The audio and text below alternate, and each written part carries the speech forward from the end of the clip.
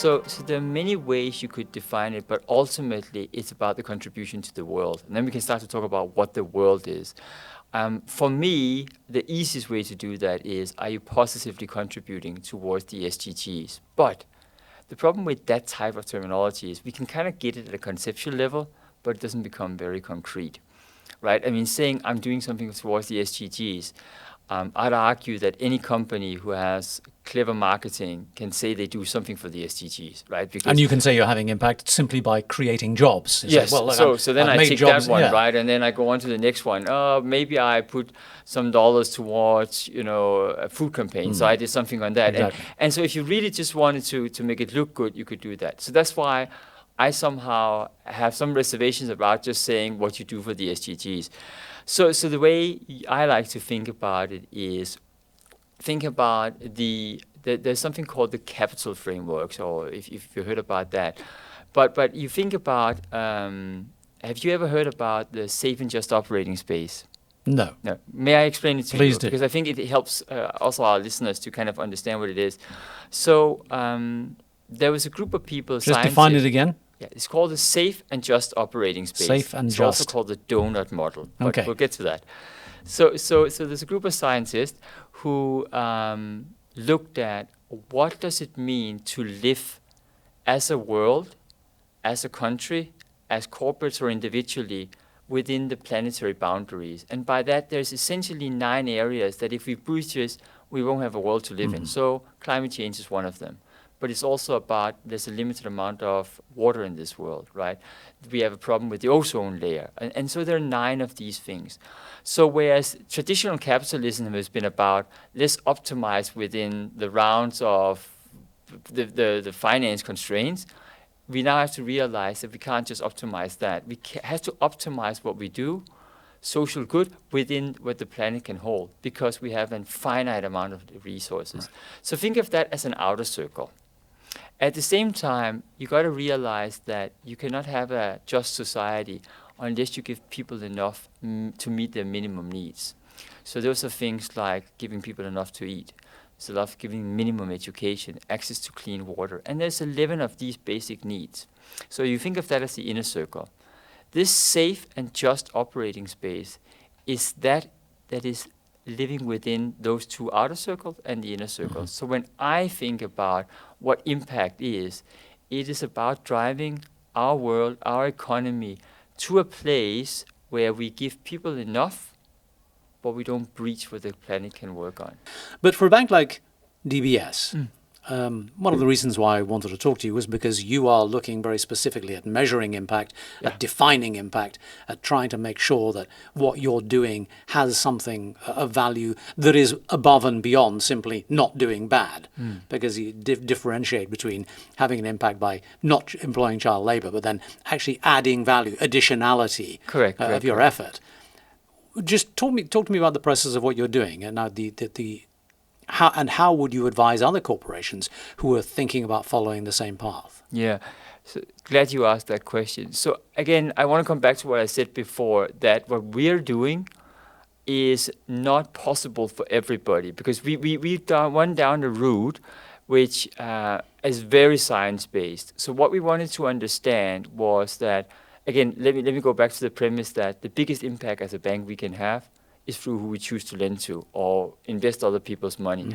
So that's where we got to put a lot of the focus on understanding, for $1 that I lend to a certain industry, or ideally to an individual company, what is the impact that I help create? And without getting into the minutiae of can I actually influence something when I'm only a lender, not an investor, let's forget about that for now.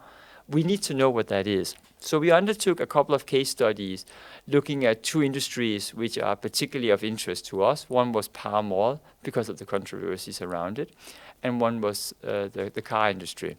And what we wanted to understand, that for these particular countries, for these particular types of industries, what does $1 create in terms of social and environmental impact? Right? And then we really start to understand that, wow, $1 creates a lot of happiness for the ultimate user. So let's get palm oil. We all know that palm oil is a very productive crop. It goes into a lot of the stuff that you and I use in the day-to-day life. So that creates value.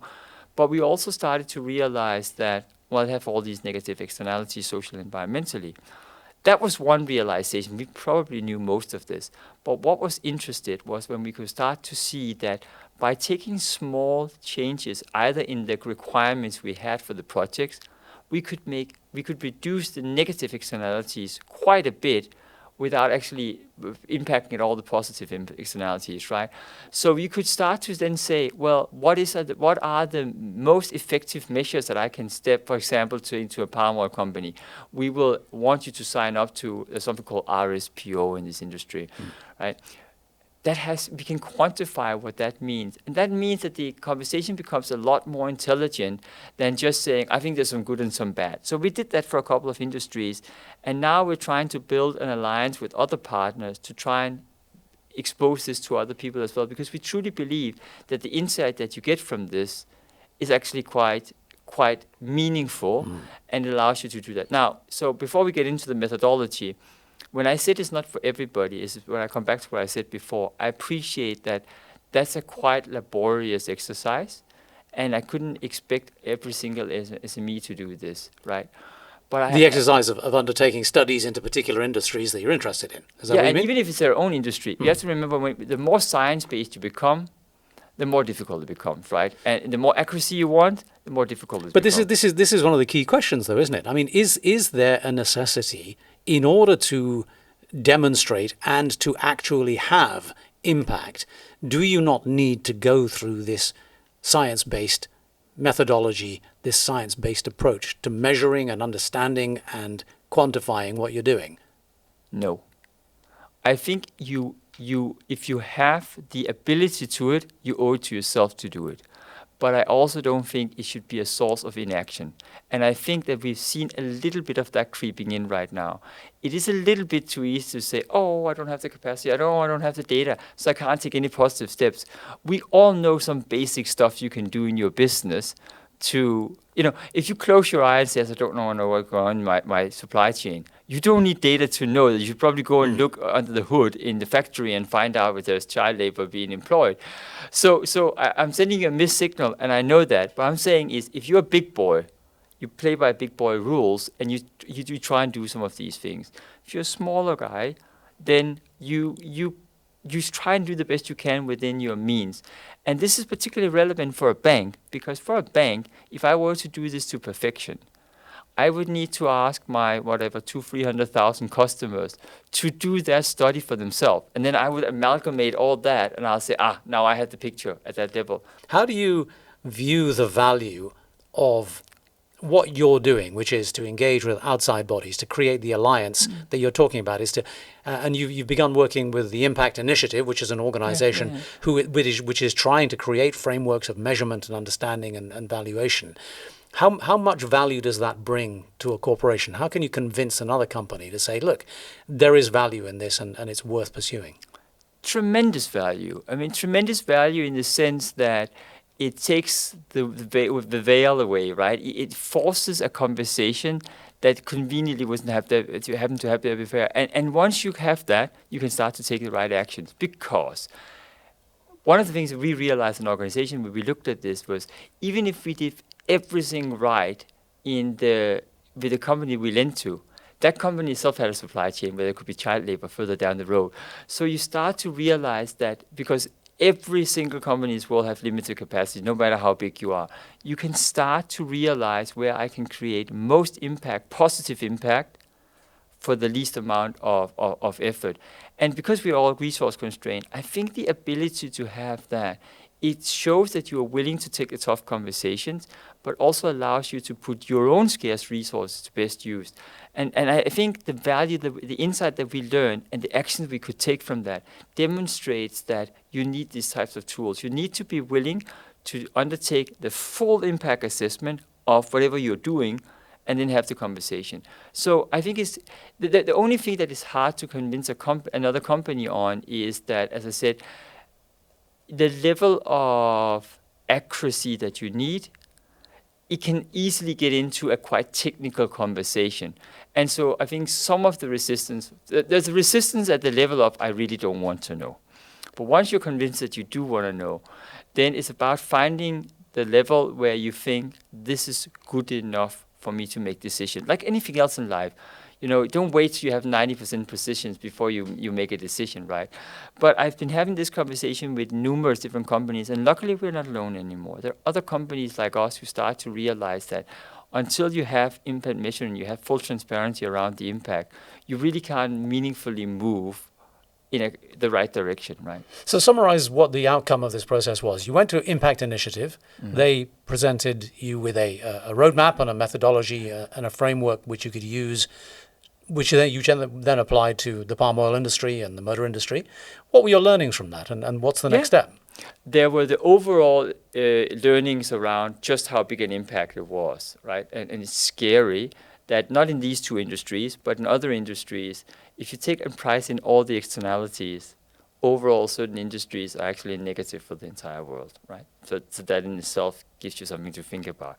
But that's kind of, once you have that and you can draw that up with a nice bar chart, then you start to dig into them and says, which one can I positively impact? And so what we did is we aligned that with our internal, what we call resilience scan. So essentially, think of that as a way to take this learnings and actually come up with KPIs that we can then measure against. And we can start to say, this is what I want to drive against, because I now can see that if I get, for example, if I apply this policy, or if I convert a company from a fossil fuel vehicle to electrical vehicles, this is how fast I can move the needle for climate change or biodiversity or whatever it is.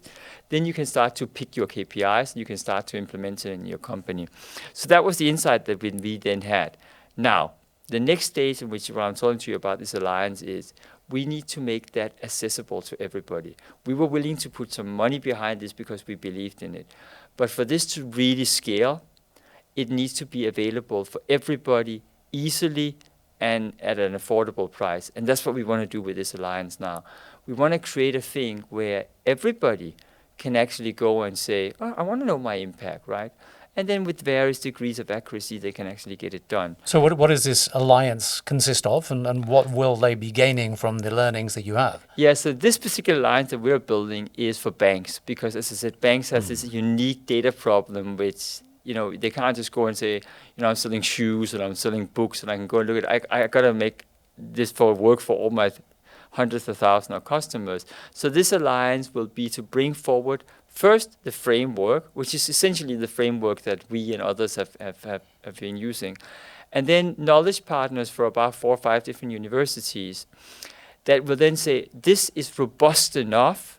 And then we will develop an open API type solution that then allows you to do like a light version of this for a much more reasonable amount. And because it's open API, then anybody can come in and says, we have additional new data. So you can, like it always works when you do a Wikipedia type solution, right?